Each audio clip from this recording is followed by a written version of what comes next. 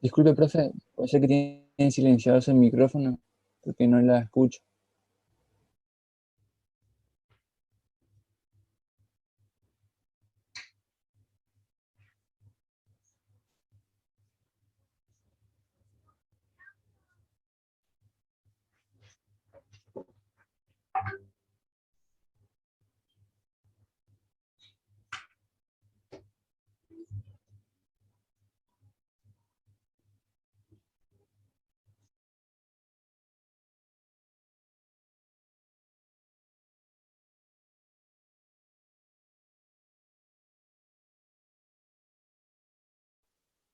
Profe, si está hablando, yo sigo sin escucharla, ¿eh?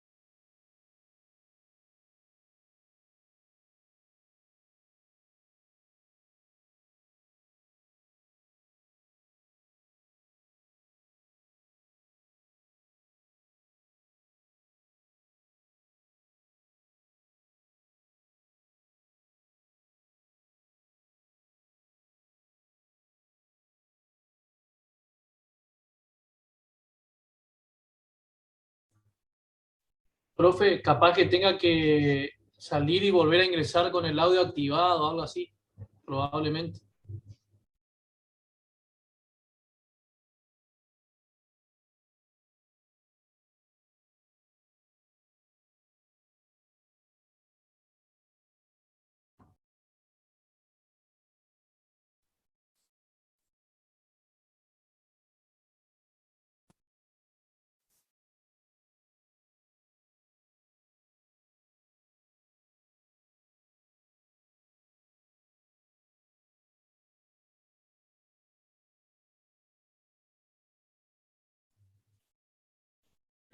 Lo otro también que puede estar pasando puede ser que Hola. tenga, puede ser que alguien, si me escucha, capaz que tiene activado un micrófono Ahí diferente, está. diferente del que ella tiene para hablar. Eso también puede pasar. ¿Me escuchan ahora? Ahí sí, profe, ahí se le escucha. Ah, bueno, estamos entonces. Mano, es una cuestión de software del hardware. Bueno, esperen un poquito a ver si puedo compartir la pantalla y ven bien.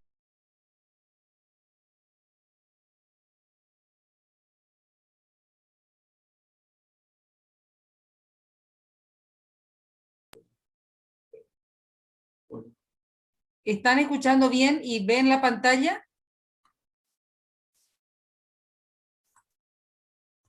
Sí, profe, Sí, se ve, se le escucha bien.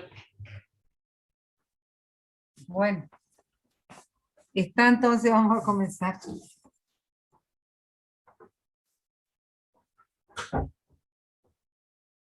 Bueno, en la clase anterior habíamos quedado en las condiciones de Cauchy-Riemann, que eran las condiciones necesarias para que exista la derivada de una función compleja. Recordando, a ver, estoy yendo al punto, perdón, un poco más atrás. Acá estábamos, ¿no es cierto? La derivada de la función compleja, por definición, tiene lo mismo que ustedes estudiaron para funciones reales.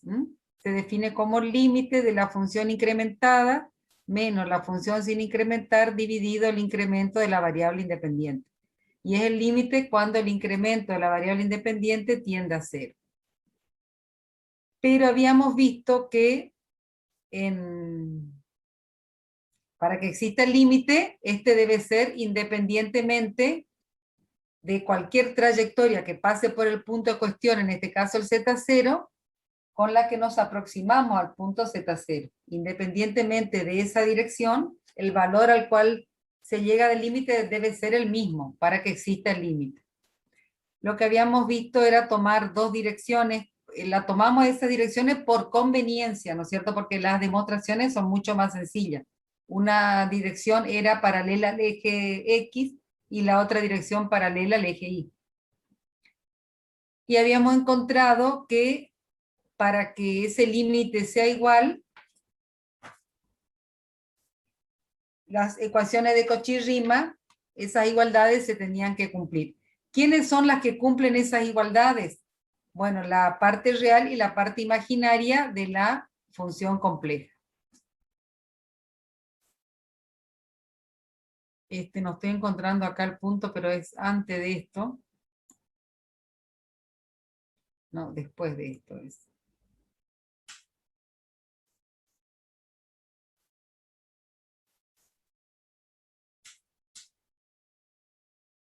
Acá están las ecuaciones de Cauchy-Riemann. Bueno.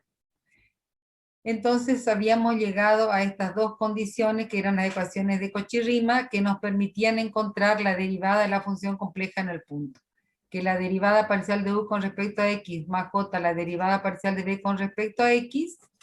Y en la otra dirección habíamos encontrado que la derivada parcial de b con respecto a y menos j, la derivada parcial de u con respecto a y. Si existe la derivada, quiere decir que estas dos expresiones en los segundos miembros tienen que ser iguales, 6 y 4. 6 y 4.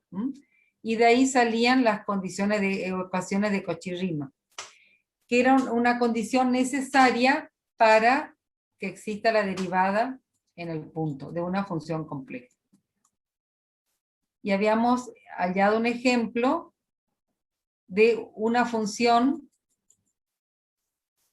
que era derivable solamente en el origen, que era la función f de z igual al módulo de z al cuadrado, una función que era derivable sobre la recta x igual a y, que era el ejemplo 2, que f de z era igual a x al cuadrado más j y al cuadrado, y una función f de z igual a z al cuadrado que tenía era derivable o tenía derivada en todo el plano complejo.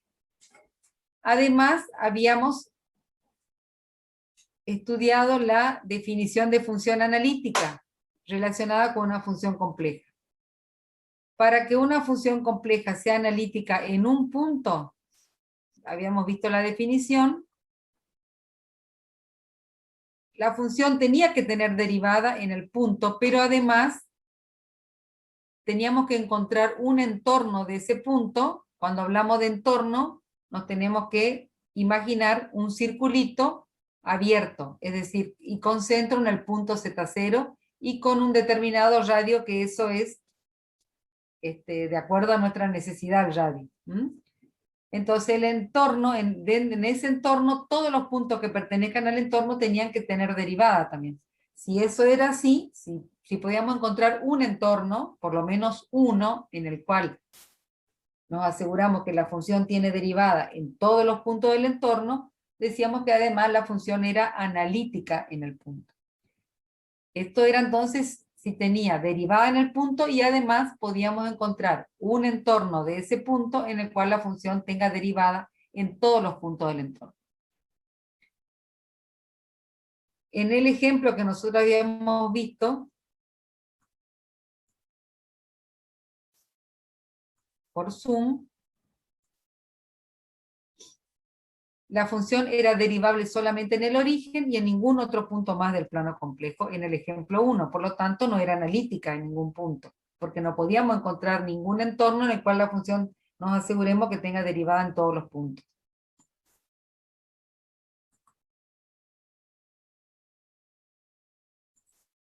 En el ejemplo 2, la función era derivable o tenía derivada sobre todos los puntos del plano Z que están sobre la recta X igual a Y, donde es decir, la parte real de los complejos es igual a la parte imaginaria. Pero no era analítica en ningún punto del plano. ¿Por qué? Porque no podíamos encontrar también ese entorno en el cual la función tenga derivada en todos los puntos de un... O sea, tomamos un punto que está sobre esa recta X igual a Y, sabemos que ahí tiene derivada. ¿Podíamos encontrar un entorno en el cual estemos seguros de que la función tiene derivada en todos los puntos del entorno? No, no podíamos encontrar ninguno. Por lo tanto, tampoco era analítica en ningún punto del plano complejo.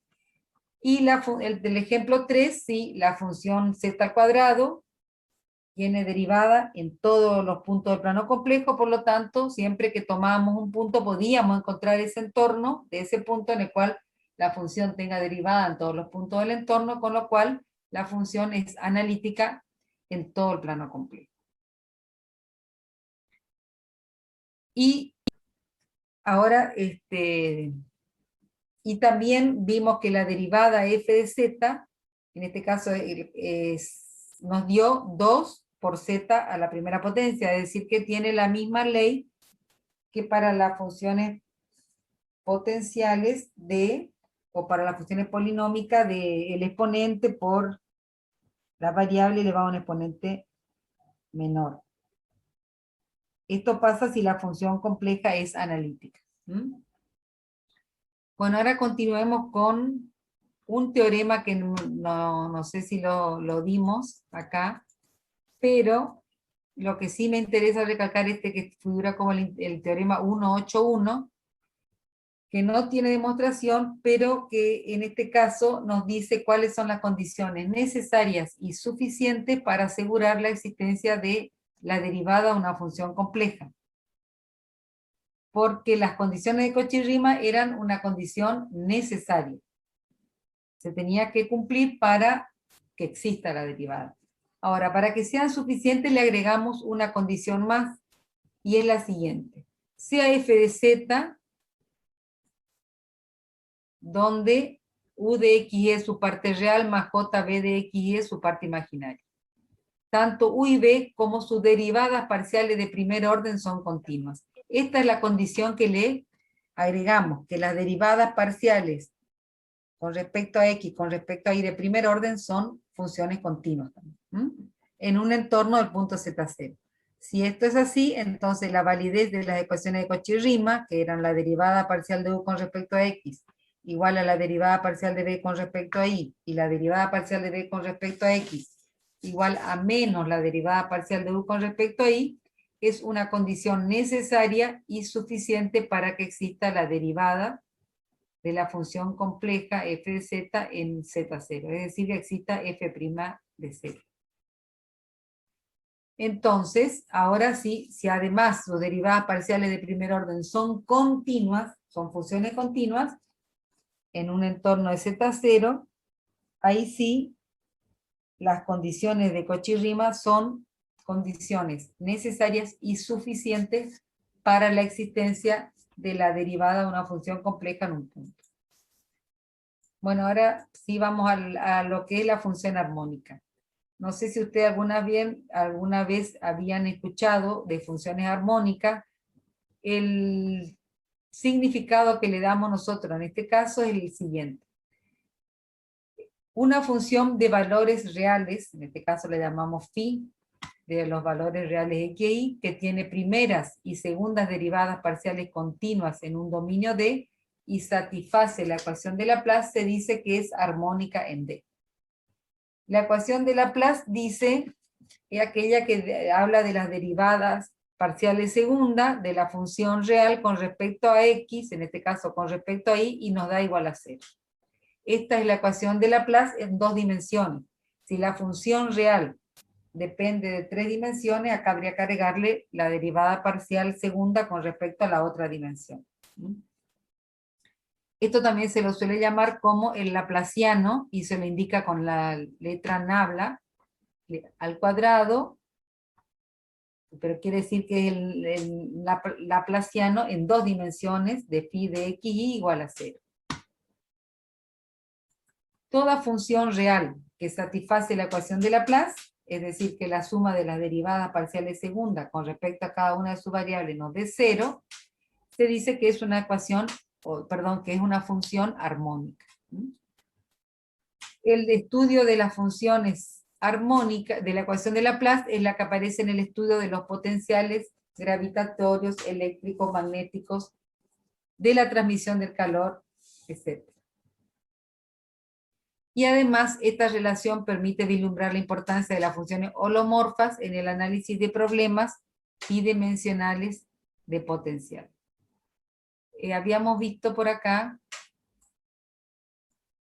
que una función la podíamos llamar también holomorfa o analítica.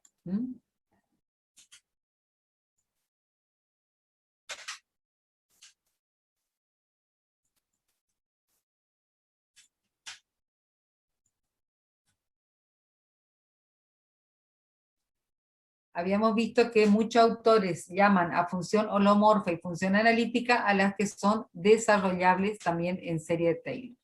Eso lo vamos a ver después más adelante cuando demos la unidad 2, serie de Taylor y serie de Lorentz.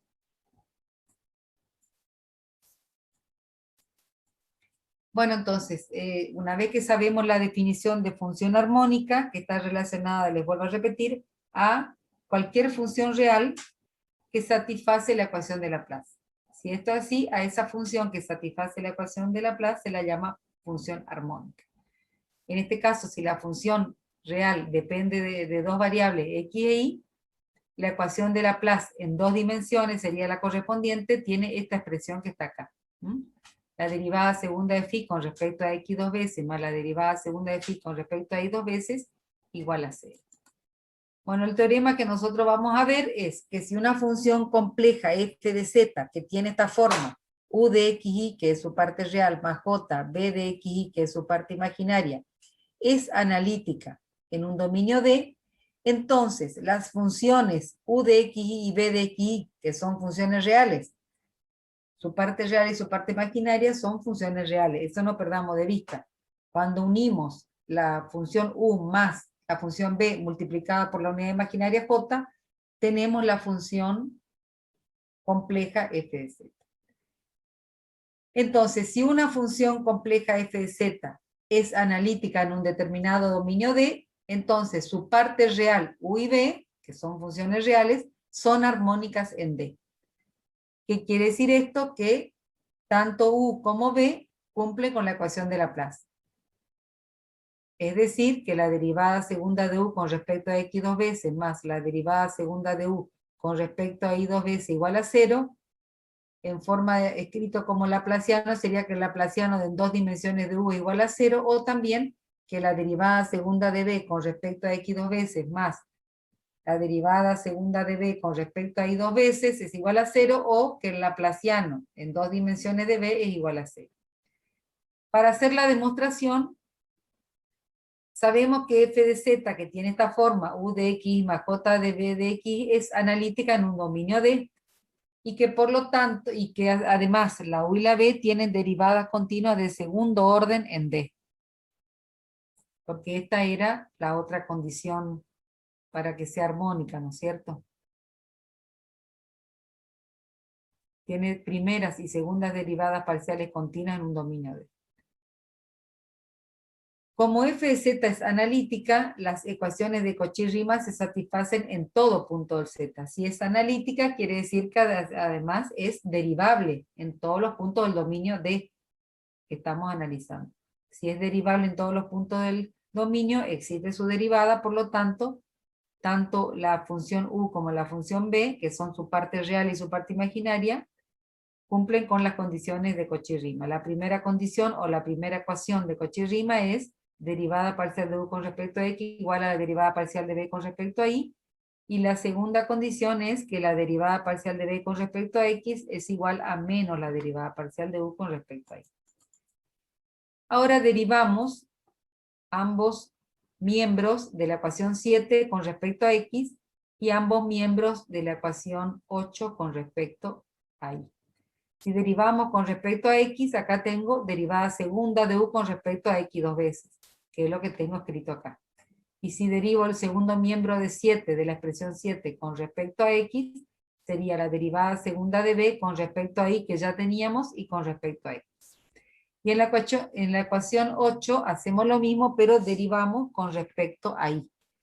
En el primer miembro de la ecuación 8 me queda derivada segunda de b con respecto a x con respecto a y. Y en el segundo miembro me queda derivada segunda de u con respecto a y dos veces. Como hemos dicho que las derivadas segundas también son continuas, quiere decir que las derivadas parciales cruzadas son iguales. Da lo mismo derivar primero con respecto a x, después con respecto a y, que derivar primero con respecto a y, después con respecto a x. Por lo tanto, acá donde aparecen las derivadas parciales de segundo orden, cruzadas, en la ecuación que tenemos acá sería el segundo miembro y acá sería el primer miembro, son iguales. Si estas dos son iguales, los otros miembros son iguales entre sí, con lo cual, haciendo pasaje de término de esta expresión, pasa sumando y me quedaría derivada segunda de u con respecto a x dos veces más derivada segunda de u con respecto a y dos veces igual a 0. Que es lo que queríamos demostrar, que la parte real de la función compleja f de z, que la indicamos como u de xy, con la letra u a la función real que nos da la parte real de f de z, queda demostrado que cumple con la ecuación de Laplace porque tiene esta expresión. Con lo cual demostramos que es armónica. Y ahora hacemos lo mismo, pero derivamos la expresión 7 con respecto a y y la expresión 8 ahora con respecto a x. Si derivamos con respecto a y, tendríamos la derivada segunda de u con respecto a x, después con respecto a y, que es lo que tenemos acá. Y en el segundo miembro me quedaría la derivada segunda de b con respecto a y dos veces, que lo tenemos acá. Y la ecuación 8, tenemos derivada segunda de b con respecto a x dos veces, que lo tenemos acá, derivada segunda de b con respecto a x dos veces, y en el segundo miembro derivada segunda de u con respecto a y con respecto a x. El signo menos, que estaba acá, lo ponemos en este primer miembro, perdón, acá, lo ponemos acá por conveniencia. Y de vuelta, como partimos de la hipótesis que las derivadas parciales de segundo orden cruzadas, las cruzadas son respecto a y con respecto a x, son iguales por la continuidad que le exigíamos. Estos dos miembros son iguales. El segundo, la ecuación 10, y acá tendríamos la derivada segunda de u con respecto a x con respecto a y iguales. Por lo tanto, podemos igualar estos dos miembros, esto pasa sumando al otro miembro y me queda que la derivada segunda de b con respecto a x dos veces más la derivada segunda de b con respecto a y dos veces igual a 0. O que el laplaciano en dos dimensiones de b igual a 0, con lo cual queda demostrado que cumple con la ecuación de Laplace, por lo tanto, d de xy, que era la parte imaginaria de la función compleja analítica f de z, también es armónica. Bueno, entonces si una función compleja f de z es analítica, tanto su parte real como su parte imaginaria, que sabemos que son funciones reales, que dependen de dos variables x y y, son funciones armónicas. ¿Por qué? Porque cumplen con la ecuación de Laplace. Y acá quedó demostrado. Bueno, ahora, ¿qué es lo que dice acá? Demostramos que una función f de z, que tiene esta forma, u de x más jb de x, donde f de z es una función analítica en un dominio D, tanto su parte real como su parte imaginaria son necesariamente armónicas en D. Ahora vamos a suponer que dado una función real que sabemos que es armónica en D, en un determinado dominio, si es posible encontrar otra función real armónica en D, que la vamos a llamar b de xy, tal que u y b satisfagan las ecuaciones de Cauchy-Riemann en todo el dominio D. Entonces, la función b que encontramos se llama la conjugada armónica de u, y al combinar ambas funciones, es decir, la u que teníamos, la b que encontramos multiplicado por la unidad imaginaria, construimos una función f de z que sabemos que va a ser analítica en el dominio D. Bueno, acá este es el ejemplo, dice compruebe que esto lo vamos a hacer ahora por Zoom, que también es uno de los ejercicios de la serie, compruebe que la función u de xy, que tiene esta forma, fíjense que es una función real, depende de las variables x e y.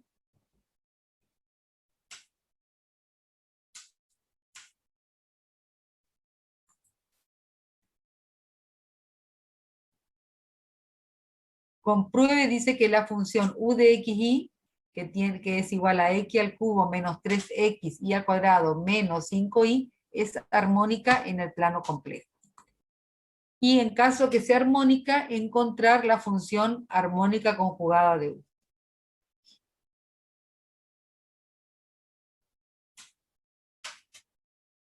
Bueno, ¿cómo demostramos el ejercicio en el ítem A que la función es armónica? Tenemos que verificar que satisfaga la ecuación de Laplace, es decir, que la derivada segunda de u con respecto a x dos veces, más la derivada segunda de u con respecto a y dos veces, es igual a 0.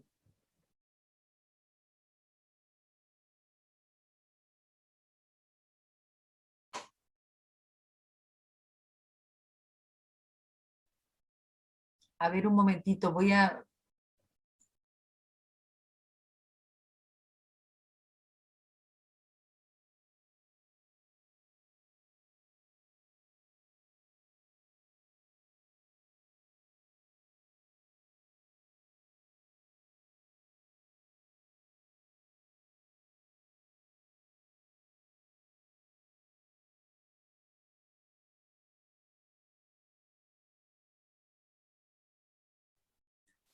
Bueno, continuamos. Entonces, ¿cómo demostramos que la función que tenemos acá en el ejercicio es armónica? Hallamos la derivada parcial de u con respecto a x, derivamos con respecto a x esta expresión y me quedaría 3x al cuadrado menos 3y al cuadrado. Y esto es constante. La derivada segunda de u con respecto a x dos veces va a ser 6x, porque esto pasa a ser constante. Y ahora derivamos con respecto a y tenemos, esto es constante, estamos derivando con respecto a y, me quedaría menos 6xy, menos 5. Ahora volvemos a derivar con respecto a y tenemos menos 6x, ya que 5 es constante. Con lo cual, sumando tengo 6x menos 6x, que sería la derivada segunda de u con respecto a x dos veces, más la derivada segunda de u con respecto a y dos veces, y esto me da 0. Bueno, acá ya está resuelto este, así que este no vamos a tener que hacer por Zoom, porque acá dice, dado que la función armónica conjugada b de xy debe satisfacer las ecuaciones de Cauchy-Riemann, sabemos que la derivada parcial de u con respecto a x es igual a la derivada parcial de b con respecto a y, y que la derivada parcial de b con respecto a x es igual a menos la derivada parcial de u con respecto a y. Muy bien. Entonces, nosotros tenemos que hallar la b, la conjugada armónica de la u es la que tenemos de datos. Utilizando la primera condición de Cauchy-Riemann, sabemos que la derivada parcial de u con respecto a x, que tenemos esta expresión acá, 3x al cuadrado menos 3y al cuadrado, que es lo que está acá, 3x al cuadrado menos 3y al cuadrado, es igual a la derivada parcial de b con respecto a y. Derivada parcial de b con respecto a y. B es la incógnita, no la conocemos. Y la derivada parcial de b con respecto a x, utilizando la segunda condición de Cauchy-Riemann, va a ser igual a menos la derivada parcial de u con respecto a y, que la tenemos acá, es decir, menos 6xy menos 5. Retiramos el paréntesis y me quedaría 6xy más 5. Bueno, Entonces, dice, integramos parcialmente la primera ecuación en 11 respecto a la variable y. Partimos de esta ecuación, pero integrando parcialmente con respecto a y. La integral del diferencial de b me va a dar justamente la b que estoy, o sea, integrando el diferencial de b con respecto a y, voy a obtener la b, y integrando este segundo miembro con respecto a y, sería 3x al cuadrado y menos 3y al cubo sobre 3. 3 se cancela con el 3 y me quedaría menos y al cubo. Y más, como la b que estoy buscando depende de x y de y, y ahora yo integré parcialmente con respecto a y, entonces hay una parte de b de x y que depende solo de x. Eso lo estoy indicando como la phi de x acá de esta manera. Y para utilizar esta parte de la b de x y que solamente depende de x, puedo utilizar la otra ecuación que tenemos acá en 11. Para poder utilizar esta ecuación, tengo esta derivada parcial de b con respecto a x igual a 6x y más 5. Con lo cual, derivamos esta expresión con respecto a x y tengo 6xy, esto es constante porque estoy derivando con respecto a x, y la derivada de phi con respecto a x, como solamente depende de x esta función phi, lo indico como phi' de x. ¿Está? Entonces la derivada parcial de b con respecto a x tengo que es igual a 6xy más phi' de x. Y esto lo puedo sustituir en esta ecuación, la segunda ecuación de 11, que yo tenía que la derivada parcial de b con respecto a x igual a 6xy más 5. Sustituimos ahí y me queda 6x más phi' de x igual a 6x más 5.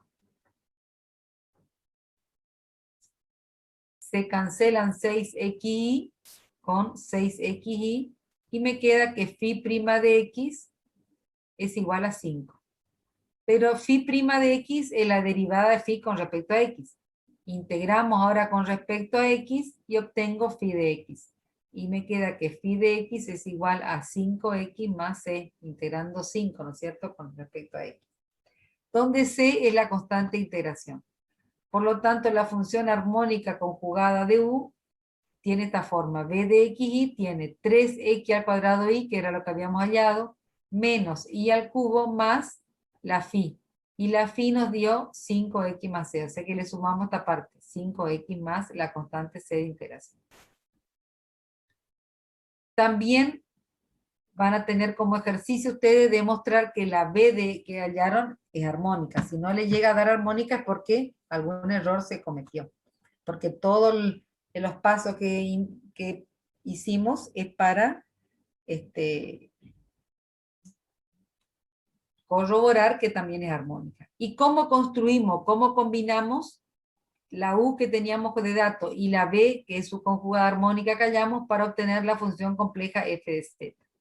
Bueno, la u va a ser x al cubo menos 3, que era lo que teníamos como parte del ejercicio, más, y ponemos la función b que hallamos, 3x al cuadrado y menos y al cubo más 5x más c, y todo esto multiplicado por la unidad imaginaria, porque forma la parte imaginaria. Bueno, la solución es única, solo puede diferir en una constante. Es decir, que la función armónica conjugada de una dada es única salvo una constante. Entonces vimos ya que una función analítica compleja tiene la particularidad que su parte real y su parte imaginaria son funciones armónicas, es decir, que cumplen con la ecuación de Laplace. También vamos a ver acá que constituyen una familia de curvas que son ortogonales entre sí. CAF de Z, que tiene esta forma U de X más JB de X, su parte real y su parte imaginaria, analítica en un dominio D. Entonces, la parte real e imaginaria de F de Z definen una familia de curvas ortogonales en el dominio D, en donde C1 y C2 son constantes reales arbitrarias. La familia de curvas está definida por U de X igual a C1 y B de X igual a C2. Además, a estas curvas que son ortogonales entre sí, se las suelen llamar curvas de nivel. Bueno, ¿cómo demostramos esta condición que también cumplen? Así como demostramos que son funciones armónicas conjugadas, su parte real y su parte imaginaria. Ahora vamos a ver cómo demostramos que constituyen... Disculpe, Sí. se le termina el tiempo para que capaz que tiene que cortar y volvemos a empezar. Pero ya me salió una que se actualizaba, no iba a tener el límite de tiempo, pero si se corta, seguimos, arrancamos una nueva reunión. Ah, ok. Bueno, ¿cómo demostramos entonces que tanto la parte real de una función analítica como su parte imaginaria de una función compleja analítica constituyen una familia de curvas ortogonales entre sí? ¿Mm? Si tenemos un punto Z0,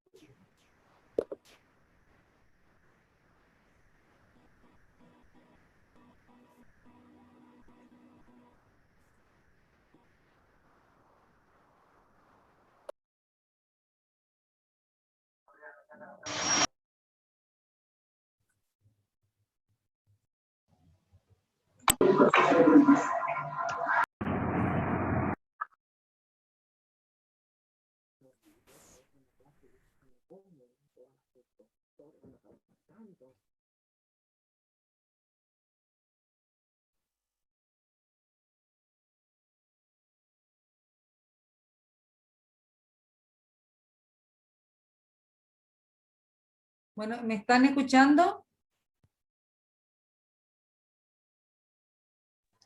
Sí, profe, se le escucha.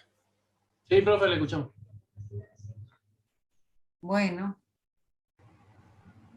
Entonces, quedamos en cómo vemos o se demuestra que una función compleja analítica, su parte real y su parte imaginaria, constituyen una familia de curvas ortogonales entre sí. ¿Mm? Bueno, supongamos que tenemos un punto Z0, X0 más JY0, donde la derivada f' Z0 es distinto de 0, la recta tangente L1 a la curva de nivel U de X igual a U0, y la recta tangente L2 a la curva de nivel B de X igual a B0 son perpendiculares. para probar que las dos rectas tangentes son perpendiculares, demostraremos que la pendiente de una recta tangente es el recíproco negativo de la pendiente de la otra. ¿Está? O sea que si las multiplicamos entre sí nos tendría que dar -1.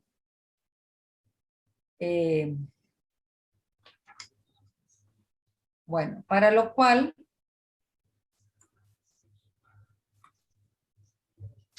hacemos. Tenemos u, la función real u de xy que depende de dos variables. Y la función b de xy que depende de dos variables. Y en el plano z, la pendiente de la recta tangente, acuérdense, es derivada de y con respecto a x.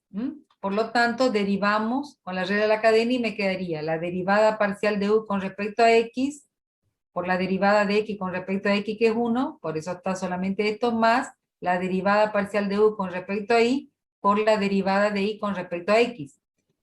Y esto me da 0 porque la derivada de una constante es 1 igual a 0. Y lo mismo hacemos con la otra función real, que es la parte imaginaria b de xy, que depende de las dos variables. Y acá tenemos igual a C2.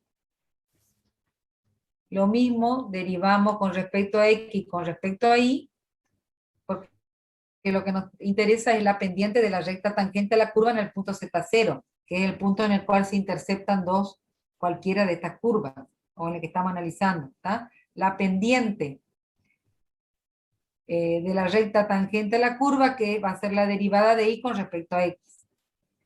Por lo cual, derivando con respecto a x de esta segunda ecuación, o segunda expresión, me quedaría la derivada parcial de b con respecto a x por la derivada de x con respecto a x, que es 1, más la derivada parcial de b con respecto a y por la derivada de y con respecto a x. Y la derivada de la constante es 0. Con lo cual tenemos estas dos ecuaciones 14.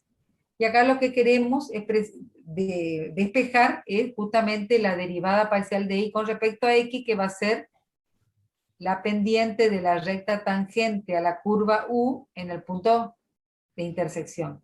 Y despejando acá la derivada de y con respecto a x, vamos a tener la pendiente de la recta tangente a la curva b en el punto de intersección, en este caso el punto Z0.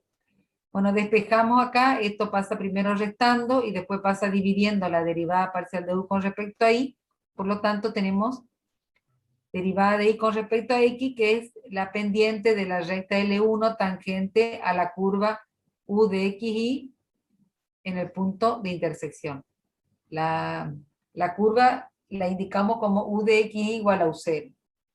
Y despejando la derivada de y con respecto a x, de la segunda ecuación de 14, derivada parcial de b con respecto a x pasa restando, y derivada parcial de b con respecto a y pasa dividiendo, por lo tanto, derivada parcial de y con respecto a x tiene esta expresión, que es la pendiente de la recta L2 tangente a la curva b de xy igual a b0 en el punto de intersección. Por definición sabíamos que la derivada, en este caso una función, una curva, en este caso una función real, es la pendiente de la recta, o la pendiente de la recta tangente a la curva en el punto considerado. Además, por las ecuaciones de Cauchy-Riemann, sabemos que la derivada parcial de u con respecto a x es igual a la derivada parcial de b con respecto a y, y que la derivada parcial de b con respecto a x es menos la derivada parcial de u con respecto a y. Por lo tanto, reemplazamos estas expresiones: derivada parcial de u con respecto a x es igual a la derivada parcial de b con respecto a y.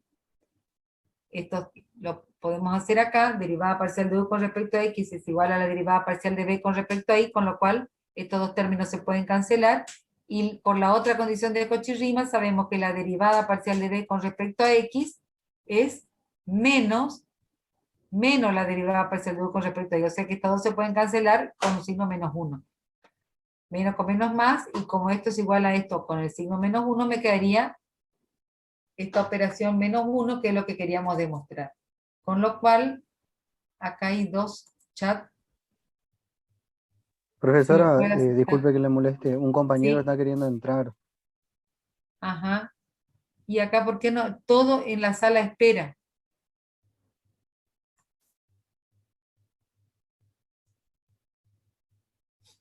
¿Por qué no lo puedo aceptar acá? No me sale para aceptarlo.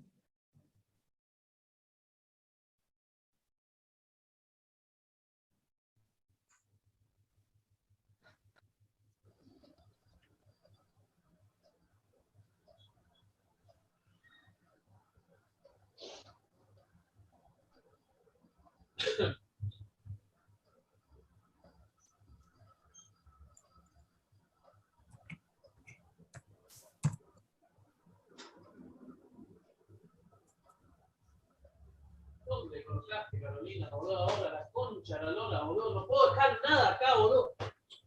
Está mal, boludo. Cama, ahí hay un compañero que tiene que apagar su micrófono. Ahí entró en la sala de espera.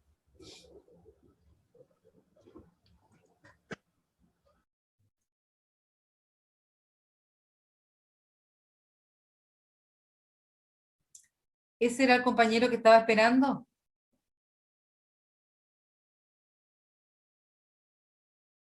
Bueno. Estamos.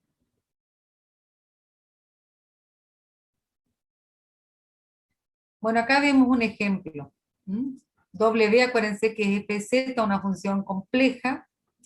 La que habíamos visto el otro día, que era, demostramos z al cuadrado, que era derivable en todo el punto del plano complejo, su derivada vale 2 por z, es decir, tiene la misma ley de formación que para las funciones polinómicas, digamos, de funciones reales que ustedes estudiaron ya.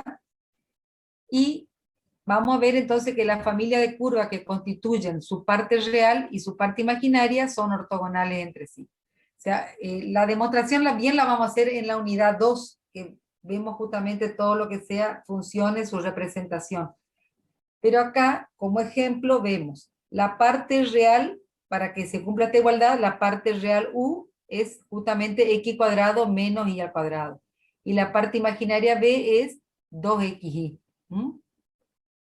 La representación de esta familia de curvas en el plano z, x igual a constante, y igual a constante, acá vemos que el ángulo que forman x igual a constante y igual a constante es justamente 90 grados, ¿no es cierto? Y en el plano W, donde tenemos la representación de u y de b, u igual a una constante y b igual a una constante, fíjense, son estas parábolas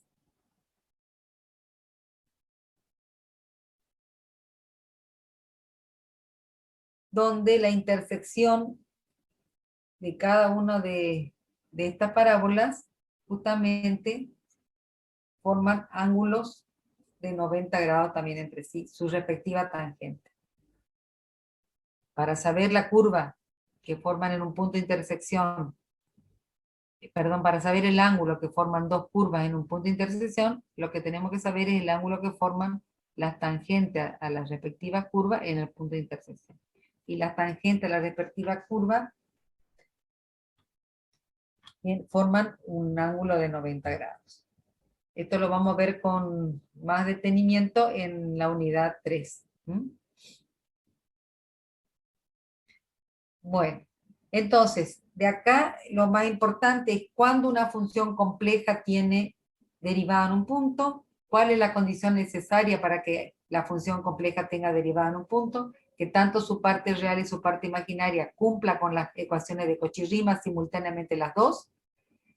Además, el concepto de función analítica, que no es lo mismo que una función compleja sea derivable en un punto. Para que además sea analítica en un punto, tiene que tener derivada en el punto y en todos los puntos de algún entorno del punto Z0. ¿Está?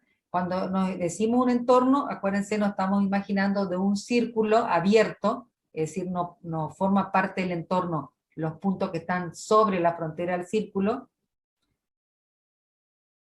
centrado en el punto en cuestión que están analizando. en todos los puntos interiores de ese círculo, además en el punto Z0, por supuesto, la función tiene que ser derivable para decir que la función compleja es analítica en el punto. Después vimos de que una función analítica, tanto su parte real como su parte imaginaria, son funciones armónicas. ¿Por qué son así? Porque constituyen satisfacen la ecuación de Laplace. Y el camino inverso, que sería, dado una función real U armónica en un determinado dominio, es posible encontrar otra función real, que la llamamos B, donde esa función real también es armónica en el mismo dominio, y se la pasa a llamar la conjugada armónica de U.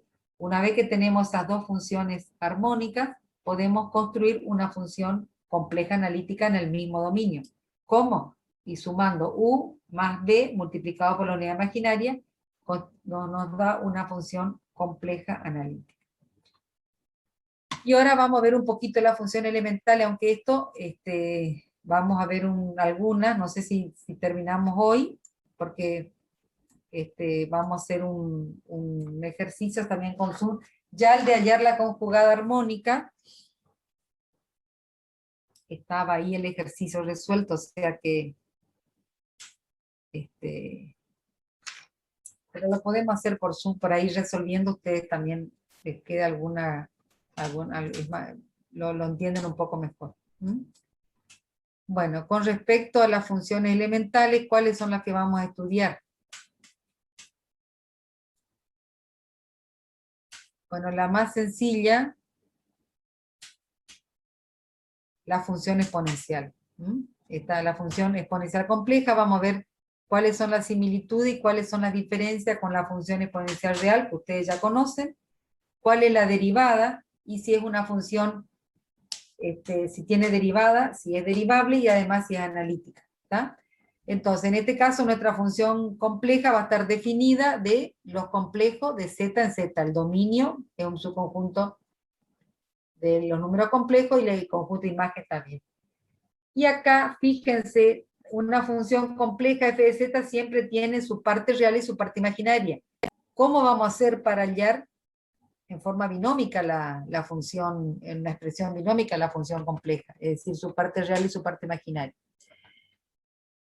En este caso, reemplazamos z por x más ji y aplicamos la expresión de Euler. La expresión de Euler, que después vamos a demostrar por qué igual es esto cuando demos series, vemos que e a la j tita es igual a coseno de tita más j seno de tita. De ahí sale esta expresión. Tita en este caso es una magnitud real.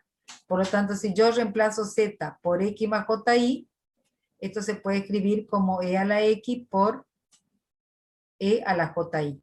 Y e a la ji la escribo de esta manera, coseno de i más j seno de i. Por eso que acá tenemos la parte real y la parte imaginaria. La parte real, ¿cuánto va a ser? E a la x coseno de i, y la parte imaginaria e a la x seno de i, que la llamamos b de x igual e a la x seno de i. Bueno, si z es un número real, ¿cuáles son los números complejos que decimos que son reales? Son aquellos cuya parte imaginaria vale 0, es decir, son todos los que están sobre el eje real. ¿Está? Una forma de expresar un número complejo que esté sobre el eje real es esta forma, x más j. Si reemplazamos, acá en esta expresión, sería e a la x por el coseno de 0 más j, e a la x por el seno de 0. Porque acá vemos que x es x porque varía de más infinito a más infinito sobre el eje real, pero y, para todos los complejos que están sobre el eje real, vale 0 siempre, la parte imaginaria. Bueno, el coseno de 0 es 1, y el seno de 0 es 0, con lo cual me quedaría que e a la z igual a e a la x. Acá hay un error, e a la x. Por lo tanto, cuando el complejo es un número real, porque su parte imaginaria vale 0, las expresiones de las exponenciales concuerdan. La expresión de una función real, e a la x, concuerda con la expresión de una función compleja, e a la z. También vamos a ver ahora que su derivada también es e a la z, así como la derivada de e a la x, que eso lo demostraron en cálculos, también vale e a la z. Vamos a demostrar esto, que la derivada de a a la z con respecto a z es e a la z. Para demostrar, ¿qué hacemos? Utilizamos el teorema, dice 181, que era el de las condiciones de Cauchy-Riemann. Ustedes cuando estén estudiando vayan a ver qué es eso, pero el que le está diciendo es que si la función es derivable en el punto, su parte real y su parte imaginaria cumplen con las condiciones de Cauchy-Riemann, ¿está? Con lo cual, verifiquemos que tanto la u y la b cumplen con las condiciones de Cauchy-Riemann. Acá tenemos u y acá tenemos b para la función exponencial. E a la x por el coseno de y es la derivada parcial de u con respecto a x. Porque el coseno de y es constante, estamos derivada con respecto a x, y la derivada de a la x con respecto a la x es esto. Y la derivada de b con respecto a y, fíjense, e a la x es constante, y la derivada del seno con respecto a y es coseno de y. ¿Está? Entonces se cumple que la derivada parcial de u con respecto a x es igual a la derivada parcial de b con respecto a y para todo x, para todo y, porque llegamos a la misma presión prácticamente. Y ahora la otra condición de Cauchy-Riemann es que la derivada parcial de b con respecto a x tiene que ser igual a menos la derivada parcial de u con respecto a y. La derivada parcial de b con respecto a x, volvemos a b, es esta es b.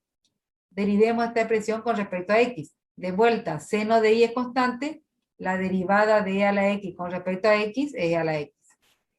Y ahora la derivada de u con respecto a y, acá tenemos u. E a la x es constante, y la derivada del coseno de y con respecto al y es menos seno de y. Por eso aparece acá menos seno de y. Con lo cual se cumple que la derivada de u con respecto a x es igual a menos la derivada de b con respecto a y. La derivada de b con respecto a x, perdón, es igual a menos la derivada de u con respecto a y. Y esto también se cumple para todo x, para todo y, por lo tanto la función es derivable en todo punto z del plano complejo, por lo tanto es una función entera y además es una función analítica en todo el plano complejo. Entonces la función compleja exponencial e a la z es derivable en todo el punto z del plano complejo, es analítica en todo el plano complejo. Y su derivada vamos a demostrar también que es e a la z, para lo cual utilizamos la formulita que habíamos visto hoy. La formulita para la derivada era, en caso que exista, derivada parcial de u con respecto a x más j, derivada parcial de b con respecto a x. La derivada parcial de u con respecto a x la tenemos acá, es e a la x coseno de y, más j, la derivada parcial de b con respecto a x la tenemos acá, e a la x seno de y. Sacamos factor común e a la x, y me queda e a la x coseno de y más j seno de y. Esto dijimos que por Euler, esto lo vamos a demostrar después cuando demos serie, es e a la ji, y acá se suman los exponentes, por lo tanto esto es e a la x más ji, esto es igual a e a la z. El módulo, el argumento y la conjugada de la función exponencial. Bueno, para hallar el módulo se expresa de esta manera. Por propiedad de módulo, acá tendríamos el módulo de a la x por el módulo de esta expresión. El módulo es la raíz cuadrada de la parte real al cuadrado más la parte imaginaria al cuadrado. Y el coseno cuadrado de y más el seno cuadrado de y, ustedes ya saben que es igual a 1, por la relación que coseno cuadrado de y más seno cuadrado de y es igual a 1. Por lo tanto, el módulo de a la z, es decir, el módulo de w, acuérdense que esto es la imagen a través de la función exponencial, es igual a e a la x. ¿Está? Esto le va a servir para la unidad 2. La letra con la cual vamos a indicar el módulo de la imagen w siempre va a ser rho, así como el módulo de z va a ser r minúscula.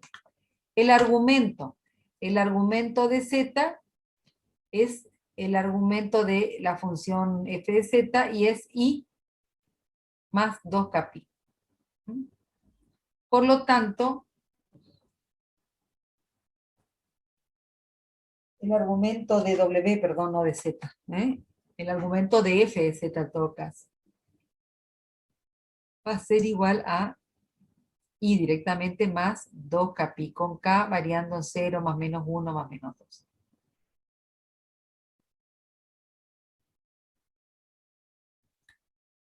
El conjugado de a la z se indica de esta manera. y también cumple con la propiedad que es lo mismo que elevado a la z conjugado, porque fíjense, yo tengo f de z acá, dijimos que era su parte real más su parte imaginaria, e a la x coseno de i más e a la x seno de i. ¿Mm? El conjugado de esta expresión sería este mismo, pero con signo menos acá. ¿Está?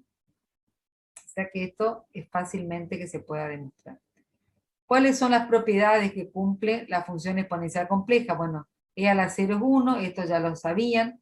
Si yo tengo el producto de dos funciones exponenciales, se suman los exponentes, que es lo que hicimos acá, eso también ya lo sabían, pero se cumple, tanto para funciones exponenciales reales como para funciones exponenciales complejas. El cociente de dos funciones exponenciales complejas lo resolvemos haciendo la diferencia entre los exponentes. La potenciación e a la z elevado a la n es e a la n por z, se multiplican los exponentes, y no existe, dice, un z perteneciente a los complejos tal que e a la z sea igual a 0. ¿Está? Eso no existe eso, algún valor de z para el cual e elevado a la z ve de 0. Lo mismo que para los reales. Y además, todo esto sería una similitud entre la función exponencial compleja y la función exponencial real que ustedes ya vieron. Pero acá hay una diferencia. La función exponencial compleja es periódica de periodo imaginario puro J2π. Cosa que no pasa con la función exponencial real. La función exponencial real, si ustedes recuerdan la gráfica, es asíntota. Para x igual a 0 pasa por qué valor la función exponencial real de una variable. La función y igual a e a la x. A ver si alguno me sabe contestar. La gráfica para x igual a 0, ¿por dónde pasa? ¿Por 1? Por 1, muy bien. Y además, para los valores positivos de la variable x, la gráfica ¿cómo se vuelve? Crece exponencialmente, ¿no es cierto? Y para los valores negativos, para x igual a 0 pasa por 1. Y para los valores negativos de la variable x, la gráfica se vuelve ¿cómo?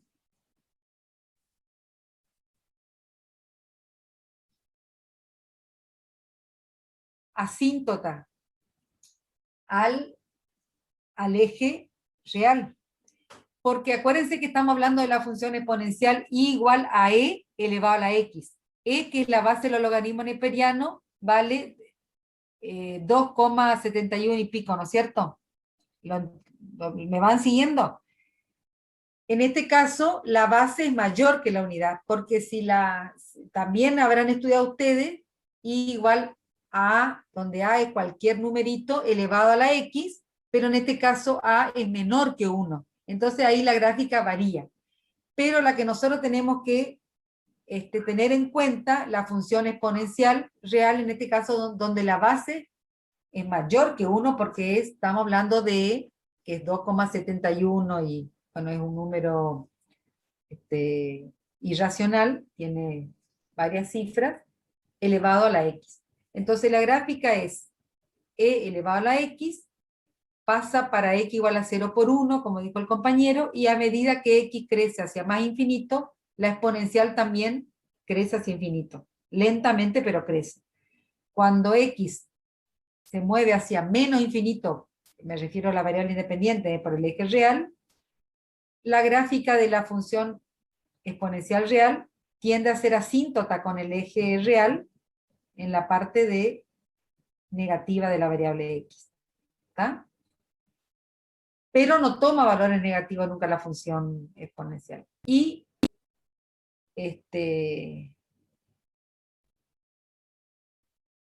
esa sería la gráfica, para los valores positivos y para los valores negativos.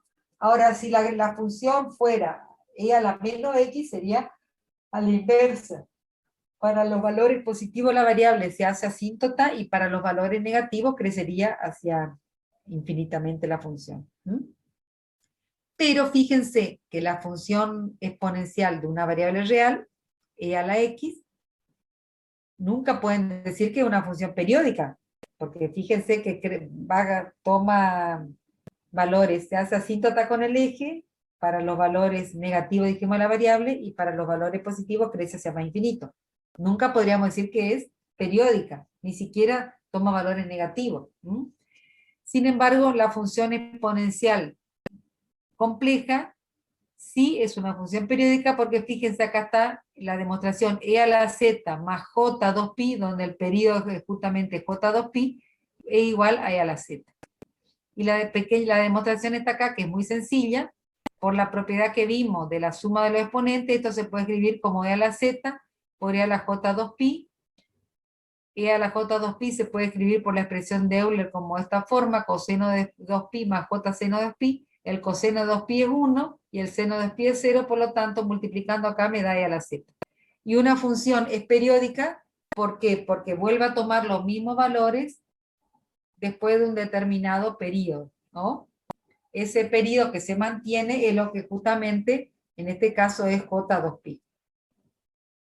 Si yo acá le sumo, en lugar de 2pi, 4pi, 6pi, 8pi, esto vuelve a suceder. Bueno.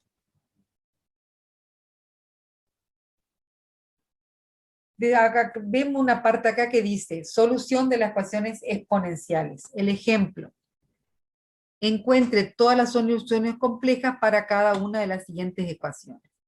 Bueno, esto es lo que vamos a ver ahora con Zoom, y vamos a dejar para la otra clase para terminar las funciones trigonométricas complejas, que son las otras que vamos a estudiar. ¿Qué es lo que, cuando yo digo estudiar, qué es lo que vemos? Bueno, ¿cuál es la parte real y cuál es la parte imaginaria de estas funciones trigonométricas complejas? Es decir, la U y la B, para tener su expresión binómica, digamos, de la función. Bueno, si es derivable, si es analítica en algún punto, y cuál es si es derivable, cuál es la derivada, como es la ley de formación de la derivada. Vamos a ver que la derivada al seno va a ser el coseno de z, que la derivada al coseno va a ser menos el seno de z, igual que lo que ustedes estudiaron para funciones reales. Vamos a ver que son analíticas en todo el plano complejo. Todo esto como una similitud. Pero si vemos con respecto a las funciones trigonométricas de una variable real, o sea, igual al seno de x, por ejemplo, ¿ustedes qué me pueden decir? Y acá ya voy a cortar y vamos a ver, hacer el zoom. ¿Qué me pueden decir de una función trigonométrica real, de una variable que estudiar? Bueno, es periódica, ¿no es cierto?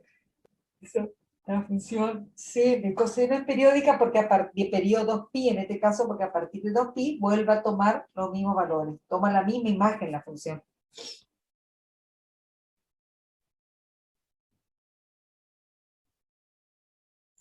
Bueno, ahora cuando se termine la reunión, ya nos vamos a conectar directamente me voy a conectar con el celular para resolver uno de estos ejercicios, que sería e a la z menos 2 igual a 1, ¿está?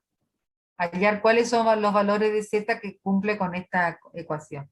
Pero sigamos hablando un poquito acá de la función trigonométrica.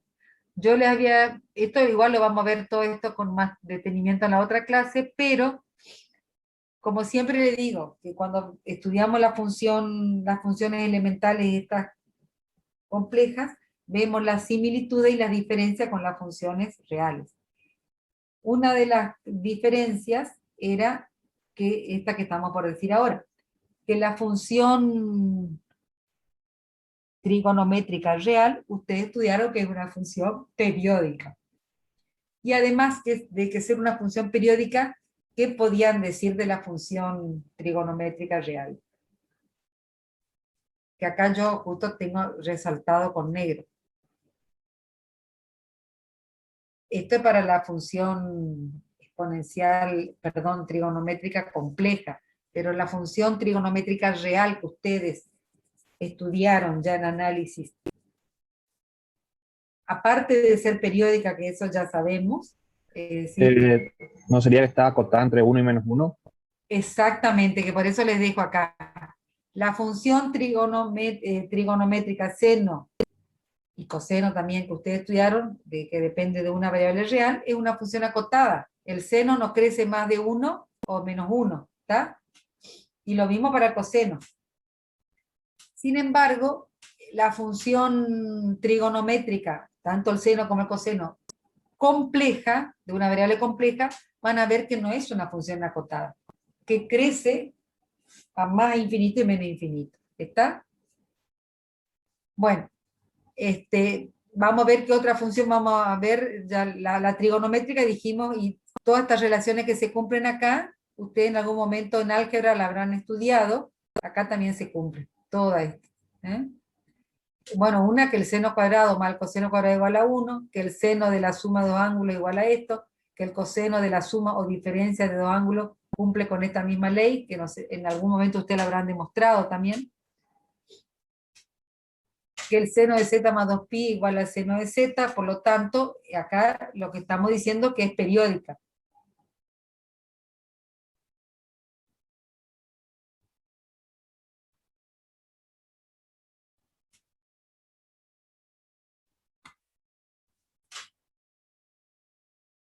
La derivada del seno de z del coseno de z, que la derivada del coseno de z va a ser igual a menos seno de z, y bueno, después vamos a resolver algunas ecuaciones trigonométricas también. Después vamos a ver la función hiperbólica, que no sé si ustedes alguna vez la vieron ya en análisis, si no la vamos a definir acá, pero hay funciones hiperbólicas reales, que tienen la misma, se definen de la misma manera. Y la diferencia es que en lugar de seno de z se le llama seno hiperbólico de z y se le agrega esta h acá, coseno hiperbólico de z. Y hay tangente hiperbólica, todas las funciones hiperbólicas que ustedes estudiaron, o si no estudiaron para las funciones reales, también se definen para las funciones complejas. La derivada vamos allá. Y también son periódicas de periodos πj. Después tenemos la función polinómica de grado n. En este caso, ustedes tenían polinomios donde los coeficientes eran reales, ¿no es cierto? Iba de R en R. En este caso, va de C en C. Y la expresión polinómica se define de esta manera. Z y f de z tiene esta forma. A sub k por z elevado a la k. ¿Está? Acá este es el signo de sumatoria. Y para k igual a 0, tengo el término constante, y después tengo a sub 1 por z a la 1, a sub 2 por z a la 2, etcétera, etcétera. Esto es lo que se define como una función polinómica, en este caso compleja. Los coeficientes pueden ser complejos, pero y la z compleja. Y la función racional es el cociente entre dos polinomios, se define de esta manera. Pn de z sobre Qn de z. Y está definida de los complejos en los complejos menos el 0. ¿Está? Definida en los complejos. Porque una función racional, ¿dónde no va a estar definida? Justamente para aquellos valores de z que me hacen 0 el denominador. Por eso le restamos a los complejos el conjunto que de z que hacen 0 el denominador. Bueno, esas son las funciones elementales, entonces. La función exponencial, que es la que vamos a ver ahora el ejemplo, cuáles son los puntos z que satisfacen esa ecuación, las funciones trigonométricas complejas, las funciones hiperbólicas complejas, la función polinómica, pero nosotros trabajamos con primer y segundo grado, nomás, ¿no es cierto? Tercer grado a lo sumo, y la función racional, que viene expresada como el cociente de dos polinomios en z, que va a estar definida para todos los números de conjunto los complejos, excepto aquellos que valores de z que me anulan el denominador, porque justamente no tengo definida el cociente con el denominador igual a 0. ¿Está? Bueno, ya se va a cortar la clase, y esta última parte de las funciones hiperbólicas complejas la vemos en la otra clase cuando comencemos, y así ahora hacemos el ejemplo que vamos a ver ahora. Que yo ya lo voy a anotar, y es hallar los puntos de la función exponencial compleja. Encuentre todas las soluciones complejas para cada una de las siguientes ecuaciones. La que vamos a hacer acá es el B. E elevado a la z menos 2 igual a 1.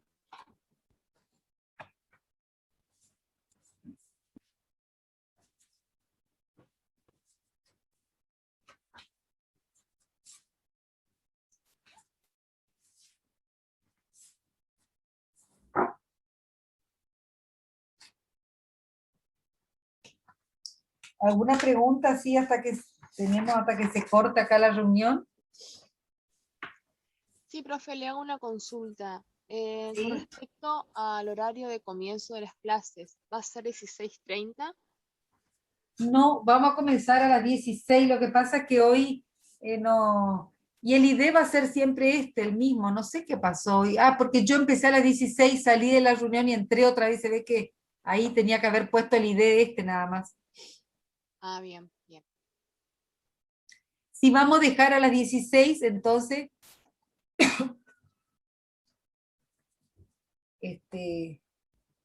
podemos terminar un poco antes. ¿No tienen problema ustedes, no? No, no. Bueno, y otra cosa. Ya tenemos el aula virtual, ya nos aprobaron. Así que ya eliminaron a todos los alumnos que estaban en el ciclo lectivo anterior, y la clave de automatriculación es AM mayúscula guión, no guión bajo, sino guión nada más, 21. ¿Tomaron nota para automatricularse? Tienen que buscar en la plataforma Moodle Naranja, dentro de Ingeniería en Electrónica, como es la misma asignatura.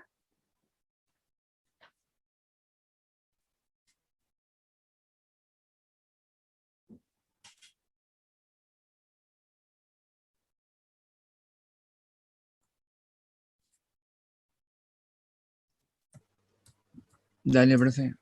Le hago una pregunta. Hoy no tuvieron problema por Zoom, nos conectamos, ven mejor por Zoom, porque el otro día dijeron que con Meet tenían problema, o que prefieren Meet.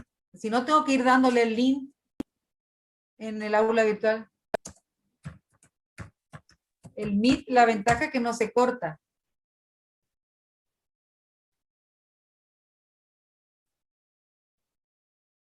O les queda lo mismo.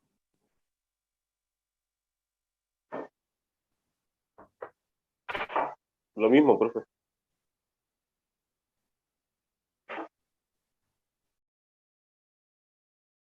Bueno. Bueno, en todo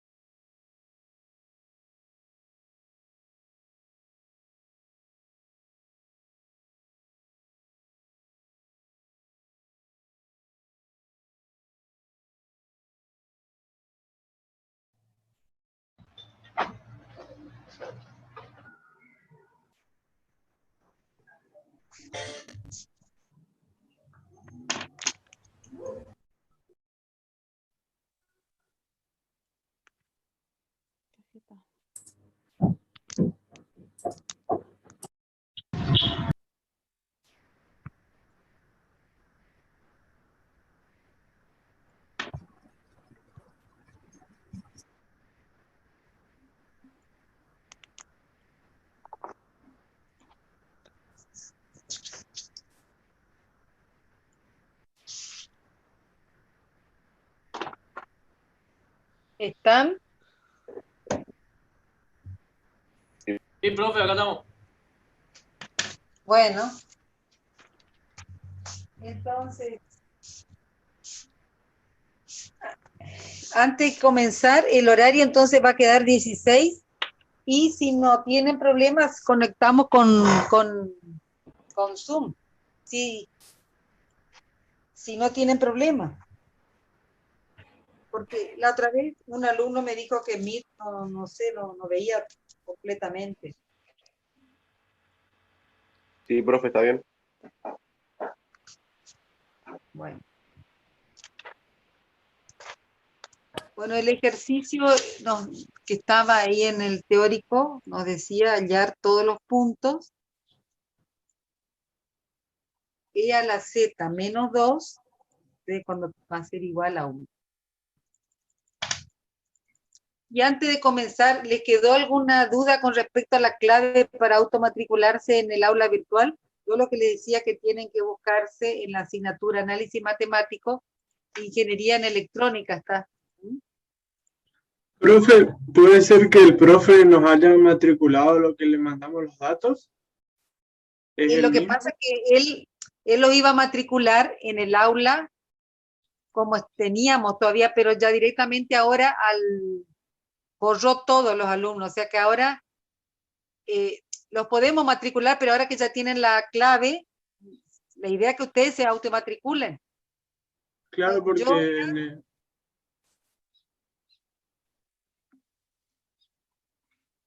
Sí, si él ya los automatriculó, ya está, pero tienen la opción de automatricularse ahora ustedes. Lo que pasa es que para el aula virtual del ciclo lectivo 2020 estaba cerrada la automatriculación. Y nosotros no íbamos a estar, si no lo teníamos que matricular uno por uno. ¿Está? Si ya lo automatriculó alguno profesor, no hay problema, pero ahora ya se pueden matricularse cada uno. O sea, son 40, parece que son 40 y pico. Bueno, los 40 ya pueden estar ahí para poder ver la teoría y los prácticos. Y cualquier cosa nos comunicamos siempre por la sección de aviso. Bueno, fíjense, esta es una función exponencial. La variable z, acuérdense, tiene esta forma, x más j, y nos pide que hallemos cuáles son los valores de z al conjunto que cumplen con esta igualdad o con esta ecuación. E elevado a la z menos 2 es igual a 1. Entonces acá lo que hacemos es expresar z en su forma binómica. Y tenemos x más ji menos 2 igual a 1. Acá podemos agrupar la parte real con la parte real, la parte imaginaria, hacer esta operación, porque este 2 está acá en el exponente. Entonces tenemos e a la x menos 2 más ji igual a 1. Esta expresión se puede escribir de la siguiente manera por la expresión de Euler, que ustedes no la conocen, pero dice lo siguiente. Después vamos a demostrar cuando demos serie. E elevado a la j tita es igual al coseno de tita más j seno de tita. En este caso tita es una cantidad real, o sea que si fuera e elevado a la ji es igual al coseno de i más j seno de i. ¿Ah? Entonces, vimos que la función exponencial, lo dijimos ahí, cumple con la ley de los exponentes. ¿Cuál es la ley de los exponentes? Que el producto de dos funciones exponenciales se suman los exponentes. Como acá está sumado, esto se podría escribir de esta manera, e a la x menos 2 por e a la ji. Porque si tengo el producto de dos funciones exponenciales, lo resuelvo de esta manera, sumando los exponentes. Eso ya lo saben, se cumple con la función exponencial real y se cumple también con la función exponencial compleja. Nosotros no lo demostramos, pero lo dijimos ahí. ¿Tá? Igual a 1.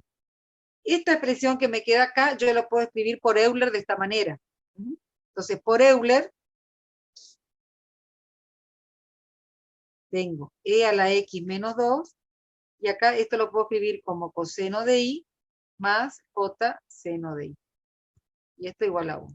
Acá hago esta multiplicación y tengo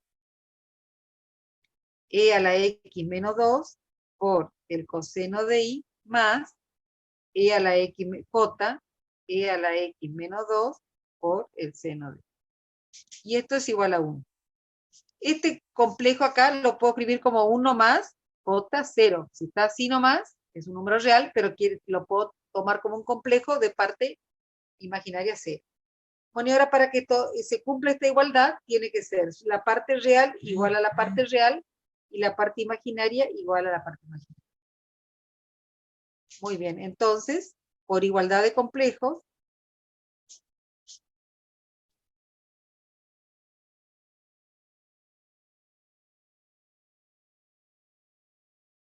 e a la x menos 2 por el coseno de i tiene que ser igual a 1, y e a la x menos 2 por el seno de i tiene que ser igual a 0. Bueno, acá me quedó un sistema de dos ecuaciones con dos incógnitas. Las incógnitas son x e y. Entonces lo tengo que resolver acá. Pero acá hay otra, por distintos métodos lo pueden resolver, pero una de las formas más fáciles también es conociendo el producto de lo que están hablando. Fíjense, acá en esta segunda ecuación, esta va a ser la ecuación 1 y esta es la ecuación 2. Esto se tiene que cumplir tanto en signo como en el valor absoluto, ¿no es cierto? O sea, el producto de esta función acá por el coseno de i tiene que dar 1 y el producto de i a la x menos 2 por el seno de i me tiene que dar 0. Pero acá tengo el producto de una función exponencial real y de un seno trigonométrico real, porque acá ya cada una son reales, eso se entiende. Y acá está lo que decía el compañero, esta es una función exponencial real, la gráfica de una función exponencial es esta. Esta es la gráfica de la función e a la x nomás, e a la x. Pasa para x igual a 0, pasa por 1, como dijo el compañero hoy, a medida que x tienda a más infinito, crece, y cuando x tiende a menos infinito, entonces menos x, se hace asíntota al eje real. ¿Tá? Esta es la gráfica de la función e a la x. Este es y igual a e a la x. La gráfica de la función que ustedes estudiaron real. La representación gráfica de la función.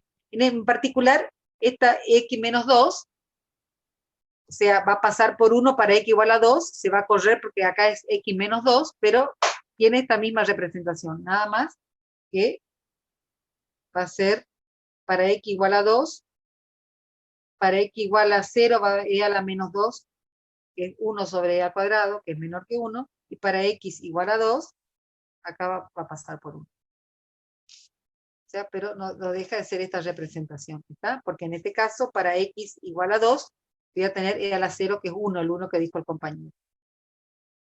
Esta es la representación de e a la x menos. Fíjense que esta función nunca se anula, porque es asíntota al eje de las x. Por lo tanto, para obtener el 0 acá, ¿quién se tiene que anular si tengo el producto de dos funciones reales? Se tiene que anular el seno de i.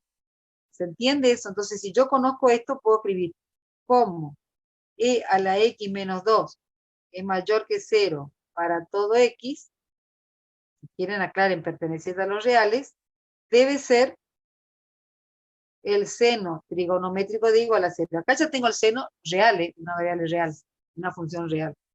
¿Y cuándo se anula el seno real del seno? Cuando i vale 0. Se anula para igual a 0 y para qué. Tengo que poner todos, porque me dicen encuentre todas las soluciones complejas, ¿no? Porque acuérdense que con los números complejos, cada vez que yo tengo, aunque tenga el mismo módulo, pero el argumento es distinto, ya es otro número complejo. ¿Se entienden? Cuando vimos la correspondencia entre los números complejos y los puntos del plano, para que ustedes ubiquen, yo tengo el punto 1, 1. ¿Qué significa esto? 1 es parte real, 1 es parte imaginaria. Puedo conocer el módulo, puedo conocer el argumento. La otra vez me dijeron que el argumento era pi sobre 4, el módulo era raíz cuadrada de 2. Todo eso sabemos. Pero si a ese argumento, que es pi sobre 4, le sumo 2pi, tengo otro número complejo. Claro, 2kpi sería la constante, ¿no? Sería, no, ¿cuáles son todos los congruentes? Exactamente. Ah, estamos hablando acá para qué igual a 0. Se anula para 0 y para todo, y para, ¿cómo dijiste? Kpi. Bueno, en lugar de k le voy a poner npi, ¿está? Entonces, para i igual a npi, como dice el compañero, con n perteneciente a que, eso sí tengo, o k, en este caso, si vos le querés poner k, con n perteneciente a quién. Los enteros. A los enteros, perfecto. ¿Tá? Entonces Profe, anula para... le consulto, no se le colocaría 2 npi, porque 2 representa cuántas veces gira 360 grados. Lo que pasa es que ahora vamos a ver si es necesario. Yo estoy analizando la solución de la segunda ecuación. Acá me faltó de esta. Yo lo que tengo que ver en esta es cuáles son todos los valores posibles de x y de y que me hagan un 0 acá cuando multiplique la función exponencial e a la x menos 2 por el seno trigonométrico de y. Pero acuérdense que esta es una función real y esta también es una función real, por eso puedo hacer esta representación que tengo acá. ¿Está? Entonces, como la función exponencial real e a la x menos 2 no se anula, no nunca se anula, porque es asíntota el eje, la que se tiene que anular para tener el 0 acá es el seno trigonométrico real. Y el seno se anula para npi. El 0 se anula para 0 y para pi. Y para 2pi, para 3pi, no solamente para los positivos, ¿está? Pero también para los negativos. Acuérdense que los ángulos se miden en sentido positivo cuando es antihorario y en sentido negativo cuando es sentido horario. O sea, tengo que poner todo, más y menos. Por eso pongo perteneciente a z. O si no, tendría que poner más y menos acá. ¿Respondí tu pregunta o no todavía? ¿Por qué no? Pues en principio n perteneciente a z y no tiene que ser 2npi. Sí, profe. Sí, sí. Yo estoy viendo para qué valores se anula el seno. Y se anula para npi con n perteneciente. O sea, se anula en 0, pi, 2pi, 3pi, 4pi, 5pi y menos pi, menos 2pi si mido los ángulos en sentido negativo. Tengo que poner todos. Bueno, por el método de sustitución, una vez que tengo una condición para una variable, reemplazo, como esto sacamos de la ecuación 2, pongan así, D2, tengo que reemplazar en la otra, no puedo reemplazar en la misma. Eso lo saben, ¿eh? Bueno, reemplazo en 1 de esta ecuación y tengo e a la x menos 2 por el coseno trigonométrico, y acá pongo n veces pi, debe ser igual a 1, con n perteneciente a z. Y acá sí pasa lo que decía el compañero. A ver si podemos analizar esto. De acá yo tengo que sacar x, y esta ecuación se tiene que cumplir, dijimos, tanto en valor absoluto como en el signo. Fíjense que el 1 acá es positivo. O sea que acá tengo que el producto de esta función por el producto del coseno de npi me tiene que dar 1 positivo. ¿Se entiende eso o no? Bueno.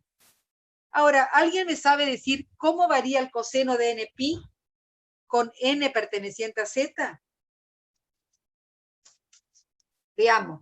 Para n igual a 0, ¿cuánto es el coseno de 0? Varía de 1 a menos 1, ¿sería? Exactamente. Para los que no tienen en claro como el compañero, veamos. Con n perteneciente a z. O sea que n puede tomar el valor 0. Para n igual a 0, el coseno de 0 es igual a 1. Para n igual a 1, el coseno de pi porque 1 por pi es pi, ¿cuánto vale? 1. No, el coseno de pi, menos 1. Para n igual a 2, el coseno de 2pi, 1 positivo. Para n igual a 3, el coseno de 3pi, menos 1. O sea que va a ir variando. Y para los negativos lo mismo, porque si yo tengo para n igual a menos 1, me quedaría el coseno de menos pi. Pero el coseno de menos pi es igual a ¿quién? Al coseno de pi. ¿Por qué? Porque el coseno es una función par. Algunos no saben lo que es eso, pero ya cuando vemos la serie 4 vamos a ver eso. Entonces esto también es igual a menos 1. Para n igual a menos 2, voy a tener el coseno de menos 2pi. Pero el coseno de menos 2pi es lo mismo que el coseno de 2pi porque es una función par y el coseno de 2pi es 1. O sea, para n igual a menos 3, el coseno de menos 3pi es lo mismo que el coseno de 3pi y esto igual a menos 1. O sea que también va variando. Fíjense que el coseno de npi, yo lo puedo escribir que varía como menos 1 a la n. Eso les cuento nomás. ¿Sí o no? Para n igual a 0, 1. Para n igual a 1, menos 1. Para n igual a 2, 1. Para n igual a 3, menos 1. Porque menos 1 elevado al cuadrado, acuérdense, base negativa, el exponente par, el resultado da positivo. ¿Está? Menos 1 elevado al cubo es negativo, porque base negativa, el exponente impar, el resultado negativo. ¿Se acuerdan de eso o si no? Entonces, la función coseno de npi con n perteneciente a z varía de esta manera, como menos 1 a la n. Entonces, venimos otra vez acá. Nosotros teníamos e a la x menos 2 por el coseno de npi con n perteneciente a z, pero vimos que esto varía como menos 1 a la n. Entonces voy a reemplazar por eso y me va a quedar así. E a la x menos 2 por menos 1 a la n me tiene que dar 1. Y como esta función siempre es mayor que 0, porque vimos que su representación gráfica no toma valores negativos, la función exponencial real tiene esta representación, e a la x menos 2. ¿Vieron? No toma valores negativos.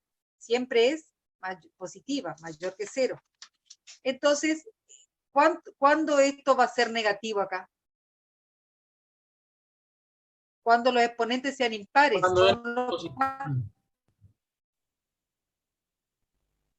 O sea que no puede tomar valores negativos, porque si no, nunca voy a poder cumplir esta igualdad acá. ¿Me van siguiendo? Entonces tengo que limitar que la función coseno siempre toma valor 1 positivo. Los negativos que me servían acá, porque me hacen 0 esta ecuación, no me sirven acá cuando reemplazo porque no obtengo el 1 positivo. Entonces, sí voy a limitar, como dice el compañero, que el coseno tome valores positivos. ¿Y cuándo el coseno toma valores positivos? Y el coseno toma valores positivos en el primer cuadrante y en el cuarto cuadrante. ¿Recuerdan eso o no? Entonces, tienen que ser todos congruentes con 0 los ángulos. Lo que con pi, que me servía para anular esta ecuación, para lograr este 0 acá, ya no me sirve cuando reemplazo en la primera. Porque el seno de pi también es 0. Me servía para anular acá, pero no me cumple con la otra condición. Entonces, me sirve 0 y todos los congruentes con 0. Eso lo consigo poniendo, como dijo el compañero hoy, 2 npi. No únicamente npi acá la solución de ello. Entonces, ¿cómo? Menos 1 a la n es menor que 0, o sea, es menos 1, o sea, menor que 0 para los n negativos, para los n impares, perdón, impares,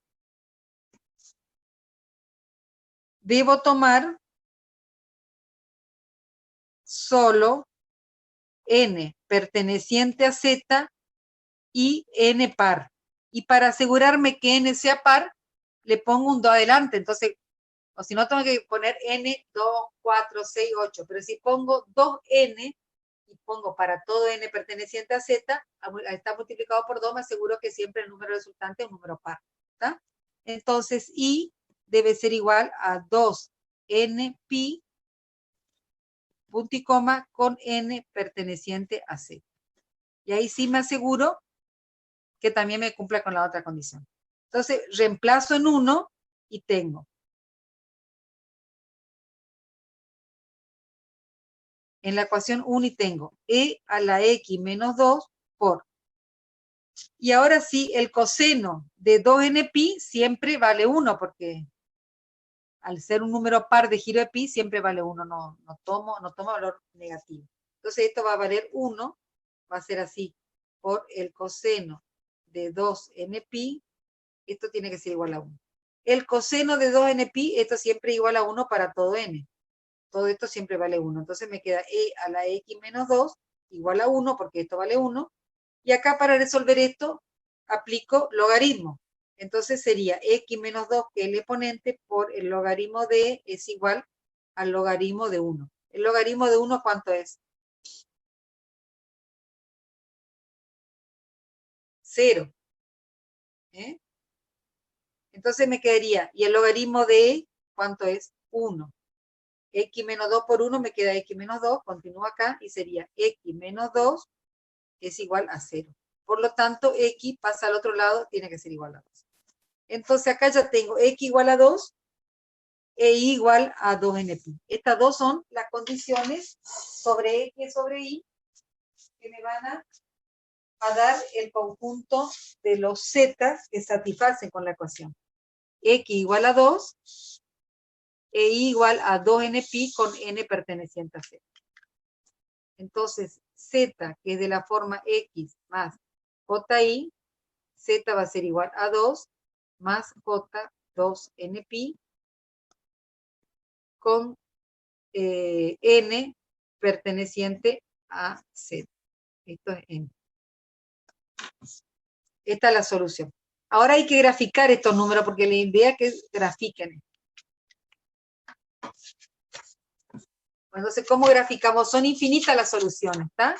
Y n, fíjense, pertenece a z.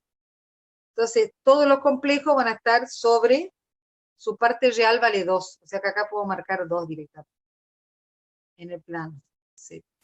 Acá marco la parte imaginaria, acá marco la parte real. Y la parte imaginaria va a ir cambiando. Para n igual a 0, este va a ser una solución. Para n igual a 1 tengo 2pi. Este va a ser esto es 2pi. Este va a ser otro complejo. Para n igual a 3, 2 por 3, 6pi. Ah, no. Vamos a hacer para 2 primero. 2 por 2, 4, 4pi. O sea que este va a ser otra solución. O sea que si pongo acá estos complejos, este complejo dijimos que era 0 de parte real, no, perdón, 2 de parte real y 0 de parte imaginaria.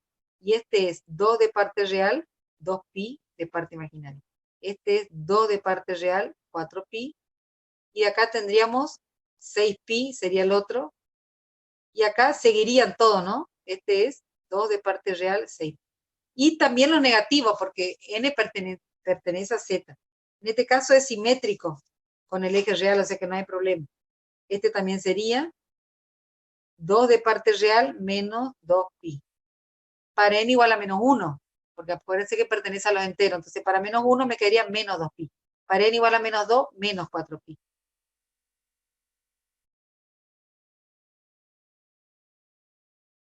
Este sería 2 de parte real menos 4pi. Entonces, y acá tendría otro más, que sería 2 de parte real menos 6pi, y continuarían acá, ¿no es cierto?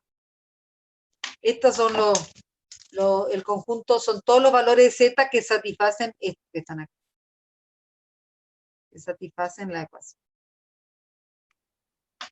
Eso le pedimos también, que escriban así y que puedan representar en el plano complejo.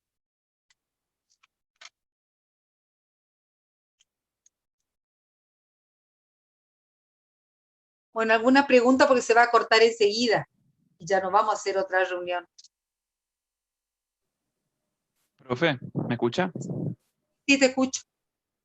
¿Puede volver a explicar desde la parte de a la x menos 2 por menos 1 a la n? ¿Por qué toma el menos 1 a la n? Porque se me entrecortó ahí una parte. Bueno, esta es una forma de resolver, ¿eh? A mí me gusta esta forma porque la idea es que ustedes conozcan el manejo de cómo están formadas las funciones. La idea es que ustedes aprendan la función exponencial compleja, la similitud y la diferencia que tiene con una función exponencial real que ya estudiaron de una variable, ¿está? Entonces, como llegamos acá, hasta acá no tenés problema porque I igual a NP con N perteneciente a Z, porque con este valor de I yo obtengo el 0 acá. O sea, yo estoy queriendo resolver esto por el método de sustitución. ¿Se acuerdan que el método de sustitución yo encontraba una condición sobre una de las variables y reemplazaba en la otra? Y eso es lo que hice, reemplacé NP en la primera ecuación que es esta que está acá. Por eso me quedó coseno en lugar de I, escribí NP. Y yo lo que le decía es, con N perteneciente a Z. Ahora, yo tengo que obtener un 1 acá.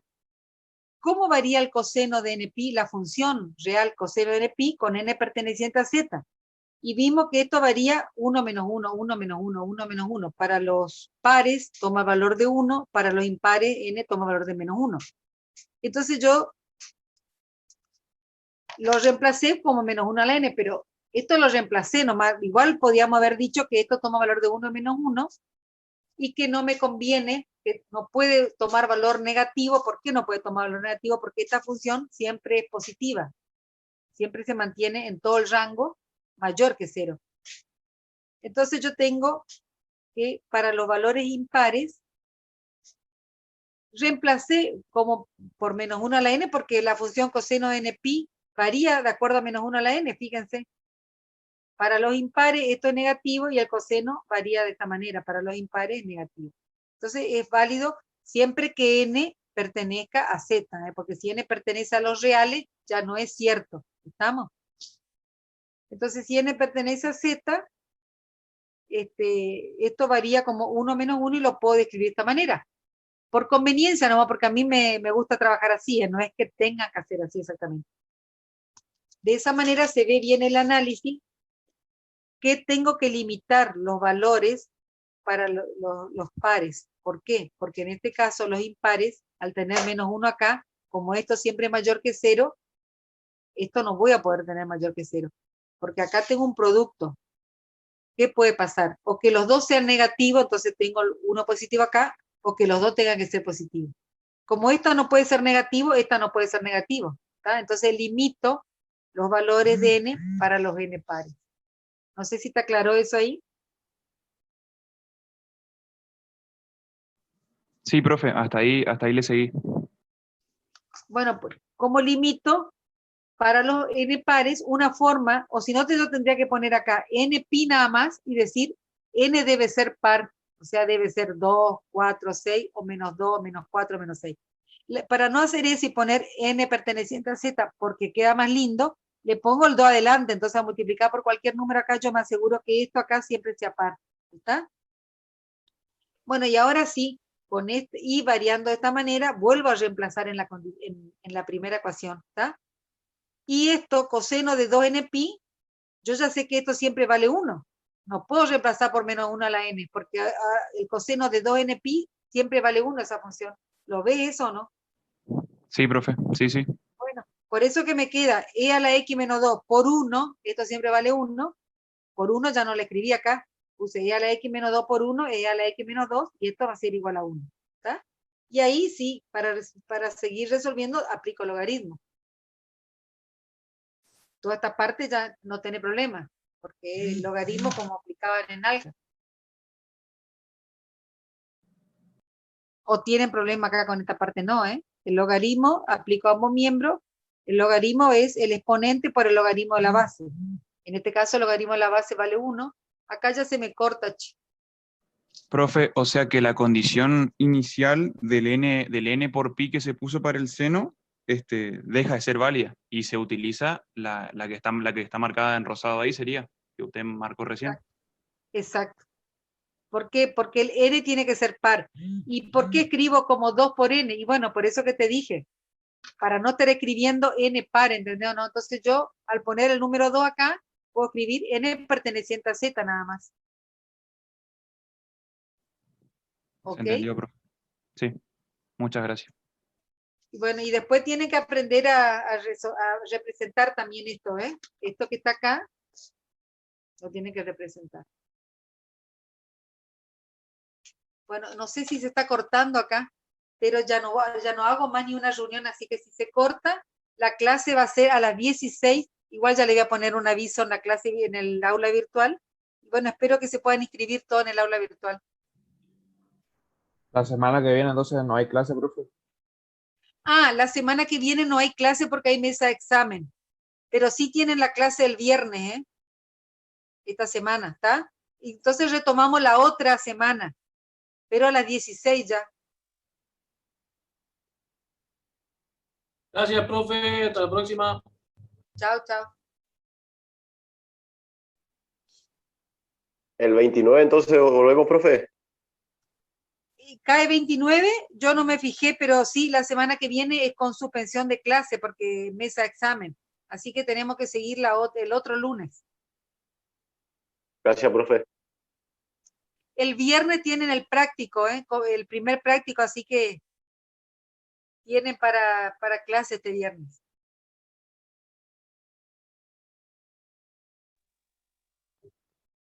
Listo, profe, Bueno, hasta luego. gracias, profe. Chao, chao.